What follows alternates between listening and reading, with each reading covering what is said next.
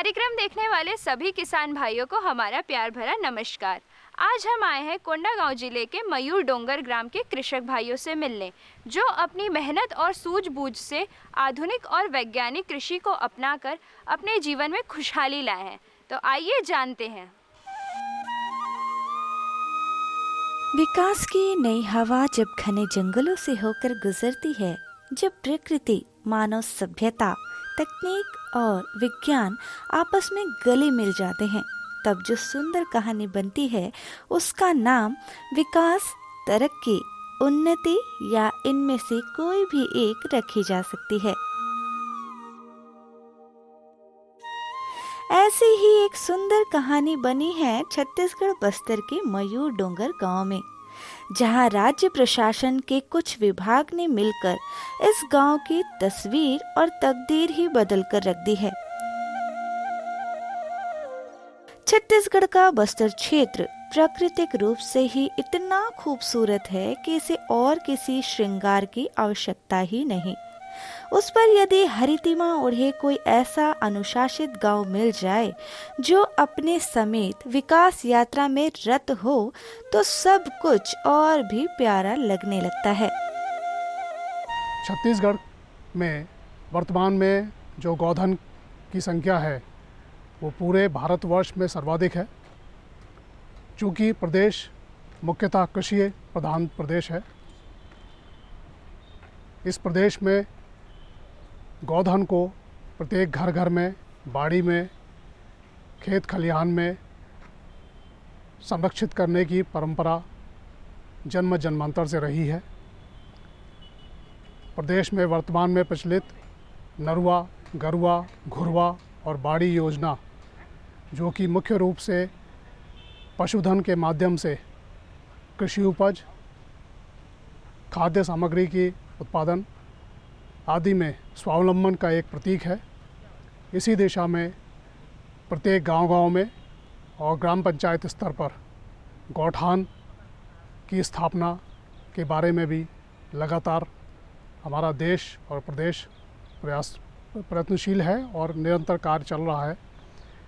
छत्तीसगढ़ प्रदेश में पूर्व में भी प्रत्येक गांव में और ग्राम पंचायत में ग्राम की आबादी की भूमि के बाहर पशुओं के चारागाह विकास के लिए चरनोई के रूप में भूमि संरक्षित की जाती थी, चिन्हांकित होती थी, जो कालांतर में विभिन्न कारणों से अन्य उपयोगों में लाई गई। और आज की तारीख में कई सारे गांव और ग्राम पंचायतें ऐसी हैं जहां पे हमारे गांव में और ग्राम पंचायतों के पशुओं के अस्थायी रहवास के लिए और उनको भोजन पानी की सुविधा उपलब्ध कराने के लिए चारागाह या गौठान के रूप में कोई उपयुक्त स्थल बहुत कम रह गए हैं। विगत कुछ महीनों से केंद्र शासन और राज्य शासन के समन्वित प्रयास से प्रत्येक गांव में, ग्राम पंचायतों में गौठान की स्थापना का कार्य युद्ध स्तर पर है। 167 हेक्टेयर क्षेत्र में फैला बस्तर के कोंडागांव जिले का मयूर डोंगर गांव, 35 परिवारों का ये छोटा सा गांव आज चहुदिश विकास पा रहा है। शासन की समेकित विकास कार्य नजर के पड़ते ही पीढ़ियों से यहाँ रहने वाले इन 35 परिवारों का जीवन ही संवर गया। शासन के वन विभाग, हॉर्टिकल्चर विभाग, कृषि विभाग, क्रीड़ा विभाग, मत्स्य विभाग, पशुपालन विभाग जैसे विभागों ने इनके साथ मिलकर जो मिसाल बनाया है, उनका ये कदम राष्ट्रीय स्तर पर सराहनीय और अनुकरणीय बन सकता है। वन अधिकार पट्टा अधिनियम के तहत जो यहाँ आदिवासी जो विगत कई वर्षों से अपना जीवन यापन कर रहे हैं, उनके जीवन के स्तर में सुधार अभी तक कम हुआ था। जब से FRA हमारी यहाँ योजना संचालित हुई, उसके अंतर्गत में यहाँ जो किसान लोग हैं उनको कृषि विभाग के द्वारा विभिन्न प्रकार के किस्मों के बीज, खाद और नलकूप खनन, सौर ऊर्जा इत्यादि उनको जो है उपलब्ध कराया जा रहा है। साथ ही साथ यहाँ कृषि यंत्रों का भी विकास अच्छे से हुआ है।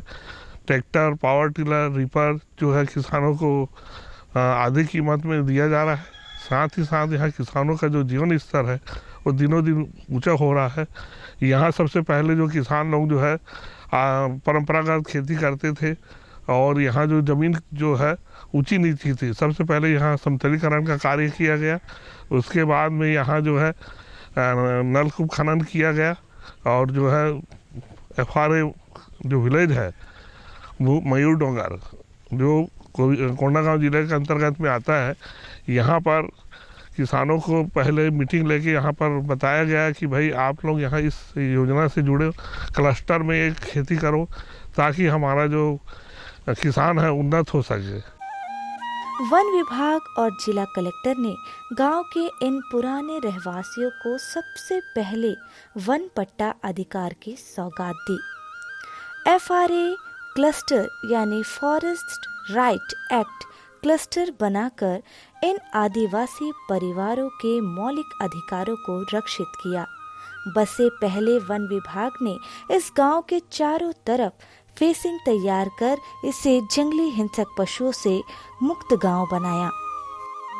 72 एकड़ जमीन में यहाँ जो बसा हुआ है 65 किसान लोगों को वनाधिकार पट्टा दिया गया है और इसलिए दिया गया, पहले यहाँ कुछ भी नहीं था। उस किसानों के उन्नति के लिए तो उनको वनाधिकार पट्टाधारी किसानों को डेवलप किया गया। जैसे कि इसमें बहुत सारे लाइन डिपार्टमेंट हैं, एग्रीकल्चर, हार्टिकल्चर, फिशरीज, सबका जो है नया एक्टिविटीज़ दिख रहा है, वो जो है इनके द्वारा डेवलप करने के लिए किसानों को दिया गया है। तो मुर्गी पालन सेट है, आपका ट्यूबवेल है, मछली पालन है और जो स्प्रिंकलर है, ड्रिप है, सभी योजनाएं हैं यहाँ पे। और उस दृष्टि से दिया गया किसानों को यहाँ की आर्थिक स्थिति कमज़ोर थी, उस कमज़ोर को आगे बढ़ाने के लिए, उनको पैर में खड़े करने के लिए किसानों को दिया जाता है। खरीफ में यहाँ जो है ना धान, मक्का, अरहर, उड़द, मूंग, तिल, राम तिल जो है ना खरीफ में लेते हैं किसान ने लिया। और रबी में जो है ना आप लोग देख रहे होंगे यहाँ पे खरीफ में गेहूँ, चना, मटर, मसूर, अलसी, सरसों, आलू, प्याज, गोभी, बैंगन, टमाटर, मूली, गाजर, ये सभी चीज़ जो है ना किसान जो है ना यहाँ लेना प्रारंभ कर दिए, क्योंकि इसी साल 1 वर्ष हो रहा है इसका। और जो है इसी तरह से किसान अपने आर्थिक स्थिति धीरे धीरे उनकी मजबूत होती जा रही है। केडा ने सौर ऊर्जा देकर इसे बिजली और पानी से नवाज दिया। खेतों में सिंचाई की व्यवस्था सुनिश्चित हुई है। हॉर्टिकल्चर विभाग ने इन आदिवासी परिवारों को वो सब दिया जो किसी भी किसान को समृद्धि के द्वार तक पहुंचा सकता है। शाक उत्पादन की दिशा में इन आदिवासी परिवारों को आगे बढ़ाने का भी अच्छा प्रयास किया जा रहा है। बैगन, गोभी, आलू, लौकी, इन सब का भरपूर उत्पादन लिया जा रहा है यहाँ, और इसके लिए आवश्यक खाद, बीज का इंतजाम भी करके दिया जा रहा है। यह गांव मयूर डोंगर, जहां आज इस किसानों के बारे में कुछ जानकारी एकत्र करने के लिए इकट्ठा हुए हैं, विकास खंड के अंतर्गत आने वाला प्रमुख गांव है। यह काफ़ी पिछड़ा और अविकसित आदिवासी क्षेत्र रहा है, जिसके कारण शासन द्वारा इस गांव का चयन किया गया और इसका प्राथमिक तौर पर 1917 के दिसंबर महीने से इसका सर्वेक्षण कर 172 एकड़ प्लाट का चयन किया गया, जिसको फेंसिंग करने के बाद 25 नलकूप खनन किए गए और पानी का संसाधन जुटाने के लिए यहाँ सोलर पंप स्थापित किया गया, क्योंकि यहाँ विद्युत लाइन का विस्तार नहीं हुआ है। और यहाँ जो किसान परंपरागत खेती करते थे पहले, अपने देसी किस्मों का धान लेते थे, और जो मरहान प्लाट है यहाँ पे कुल्थी, उड़द जैसे हल्की फसलें लेते थे, जिससे इनका आर्थिक स्तर काफ़ी कमज़ोर था। लेकिन जब से 2017 से हमने विभाग ने इसका कार्यक्रम शुरू किया है, राष्ट्रीय खाद्यान्न योजना और आत्मा योजना अंतर्गत यहाँ प्रदर्शन प्लाट डाले गए, किसानों को प्रशिक्षण दिया गया, कैसे तकनीकी रूप से अधिक उत्पादन करें उस बारे में इनको समझाइश दी गई और धान का प्रदर्शन लिया गया। पिछले वर्ष हमने छत्तीसगढ़ सुगंधित धान का 100 एकड़ का प्रदर्शन लिया, इसमें इनको अच्छा मुनाफा हुआ। और पिछले जो परंपरागत खेती करते थे धान, उसके अनुरूप हमने उनको डबल उत्पादन करके दिया, इस तरह से उनका आय भी दोगुना हो गया। और दूसरा जो मरहान प्लाट है, वहाँ हम इनको मक्का दे रहे हैं, उड़द, मूंग और सूरजमुखी की खेती करा रहे हैं, जिससे इनका आय में बहुत अच्छी बढ़ोतरी हुई है। सबसे अच्छी बात यह है कि इनको जो परंपरागत रूप से खेती करते थे उसमें इनमें तकनीकी रूप से सोचने का विचार आया है और अब खुद अपने स्वयं होकर भी करने में ये लोग आगे बढ़ रहे हैं।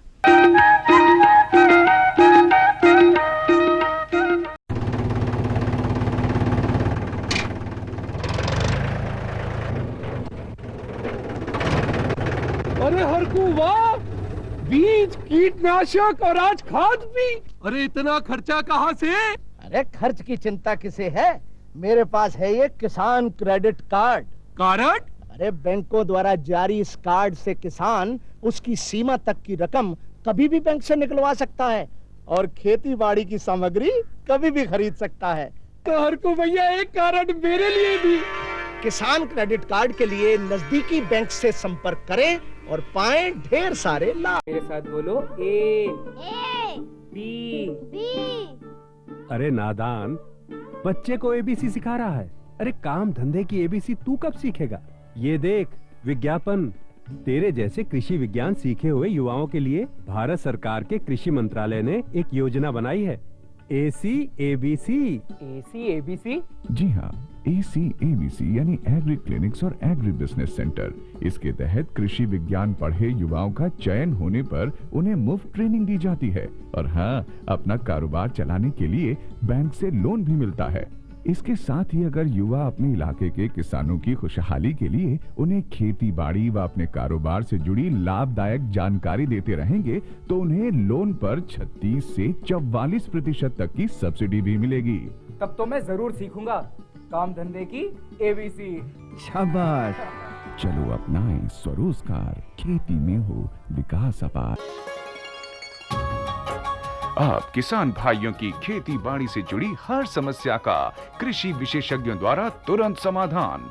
किसान कॉल सेंटर।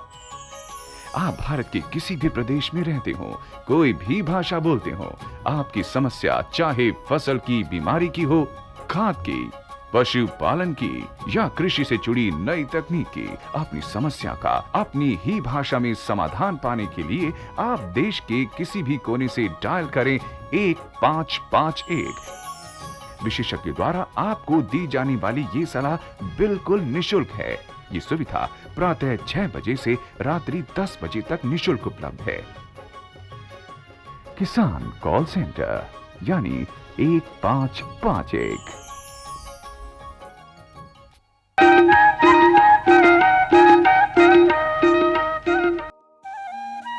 कृषि विभाग ने इन आदिवासी किसानों को न सिर्फ कृषि के आधुनिक संसाधन मुहैया कराए बल्कि इनको कृषि कार्य में दक्ष भी किया।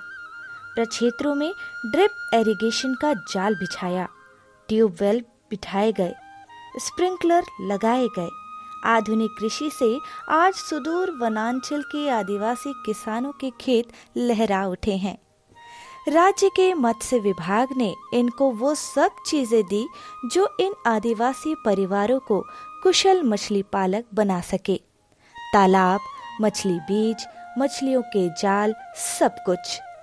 इन आदिवासी परिवारों ने तो इन तालाबों में झींगा पालन का काम भी सीख लिया है। एफआरए क्लस्टर ग्राम मयूर डोंगर में जो किसानों को, जो आदिवासी किसान भाइयों हैं, उनके आर्थिक विकास हेतु जो विभिन्न प्रकार के एकीकृत कृषि फार्मिंग के अंतर्गत, जैसे कि है उद्यानिकी कृषि, वेटनरी, इसी के साथ साथ जो मछली पालन अंतर्गत यहाँ पर जो 172 एकड़ में जहाँ पर एफआरए क्लस्टर अंतर्गत भूमि आवंटित किया गया है, उसमें 20 किसानों को उनके ज़मीन पे तालाब बनाए गए हैं निःशुल्क शासन द्वारा, तथा उसमें मछली पालन का कार्य कराया जा रहा है। पूर्व में यहाँ के जो आदिवासी किसान भाई हैं वो परंपरागत तरीके से मछली पालन का कार्य करते थे, जिसमें नदी नालों में जा कर के मछली पकड़ते थे। लेकिन शासन के मंशा अनुरूप तालाब निर्माण करके उसमें उन्नत मछली बीज दे करके तथा उनके जो तालाबों हैं उनको डेवलप करके उसमें आज मछली पालन का कार्य किया जा रहा है। किसान भाई आज उससे अच्छा इनकम ले रहे हैं। इन किसान भाइयों को मछली पालन की तरफ से जो यहाँ पर कार्य किया जा रहा है वो कुल जो क्लस्टर एरिया है उसमें 20 किसान का तालाब निर्माण का कार्य किया गया है। इसके साथ साथ में उन किसानों को विभाग की तरफ से बहुत सारे सराहनीय पहल भी किए गए हैं। उन किसानों को विभाग की तरफ से प्रशिक्षण दिया गया है। मछली बीज, विभिन्न प्रकार के मछली बीज का वितरण किया गया है, जिसमें रोहू, कतला, मृगल, ग्रास कार्प, कामन कार्प, यहाँ तक कि 6 किसानों को झींगा बीज का भी वितरण किया गया है। मछली पालन के क्षेत्र में एक कहावत है कि अगर किसी किसान को एक मछली देते हैं तो केवल वो एक ही बार मछली खा पाएगा, लेकिन उस किसान को अगर हम मछली पालन करने के लिए देते हैं तो वो जीवन भर मछली खाएगा। इस उद्देश्य से इस योजना की पूर्ति की गई है।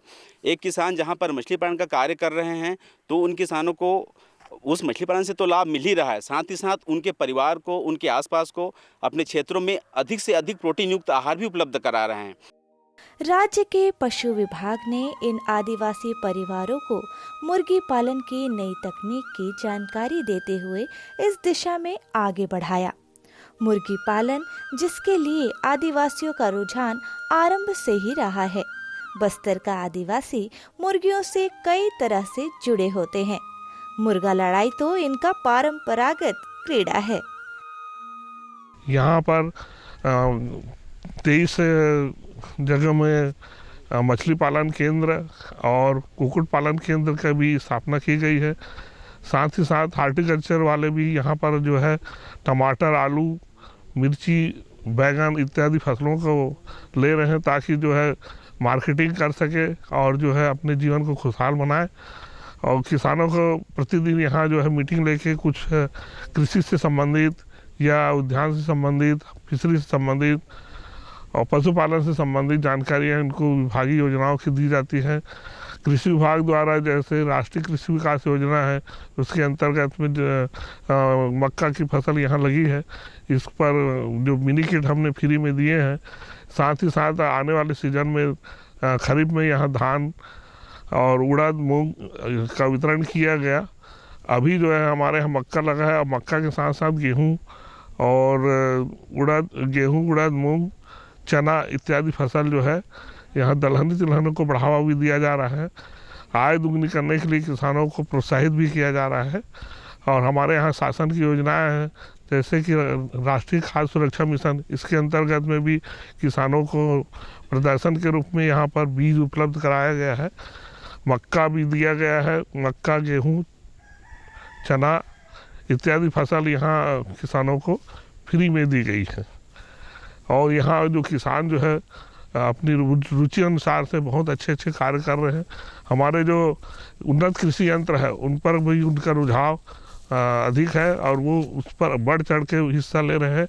और जो आदिवासी किसान भाई हैं वो अपने साथ मुर्गी पालन, जो देसी मुर्गी है या जो हाइब्रिड मुर्गी है, उसका भी पालन यहाँ फील्ड में कर रहे हैं और अपने जीवन को उच्च स्तर पर बढ़ा रहे हैं। सरकार बाटले मुर्गी दिली सरकार बाटले मुर्गी पालन का जे गर्बल दिली उतरले आम्ही पाललू, दान दिलू, कोसरा दिलू, मंडिया दिलू और उनचो बिकलू और उनचो खर्चा बनालू, कपड़ा दरलू, घरचो कहीं असने बनालू, असने खर्चा कर लूँ।